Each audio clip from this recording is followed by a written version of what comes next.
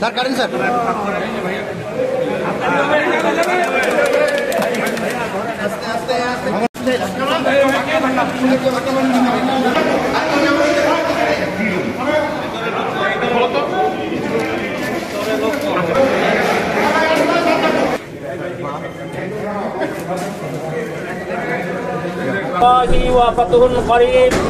আমাদের বাংলাদেশ জাতীয়তাবাদী দলের জন্য সাহায্যের মহাসচিব মহোদয়ের জন্মভূমি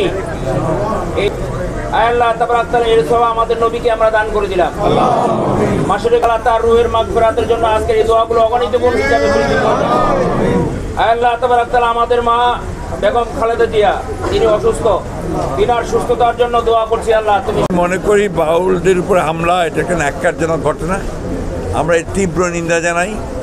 এটা ডেফিনেটলি বাংলাদেশের যে আবহমানের যে সংস্কৃতি, গ্রামীণ বাংলা সংস্কৃতি, আমাদের এই বাউল যারা তারা বাংলাদেশের অরিতে মাঠে ঘাটে প্রান্তরে এই বাউল গান গেয়ে বেড়ায়, তাদের উপরে হামলাটা এটা একটা উগ্র ধর্মান্ধদের হামলা বলে আমি মনে করি এবং এটা সঠিক নয়।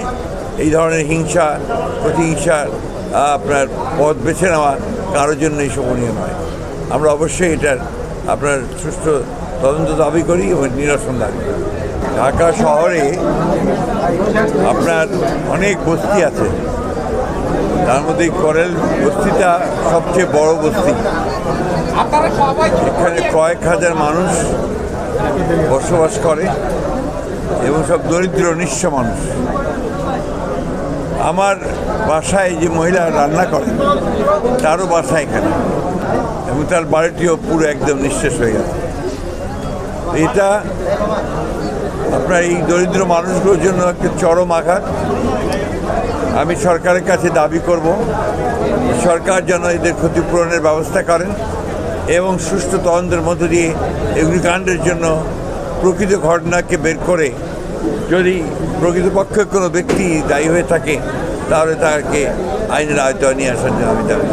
আমাদের দুর্ভাগ্যক্রমে আমাদের যারা বিভিন্ন প্রতিষ্ঠানগুলো দায়িত্বে থাকেন, বিশেষ করে আপনার গার্মেন্টস অথবা আপনার ফ্যাক্টরি কারখানাগুলোতে তাদের কিছুটা নেগলিজেন্সি এবং অগ্নি নির্বাপনী ব্যবস্থার প্রতুলতা এবং আইন না মেনে চলা, সব কিছু মিলেই এই অগ্নিকাণ্ডগুলো ঘটে।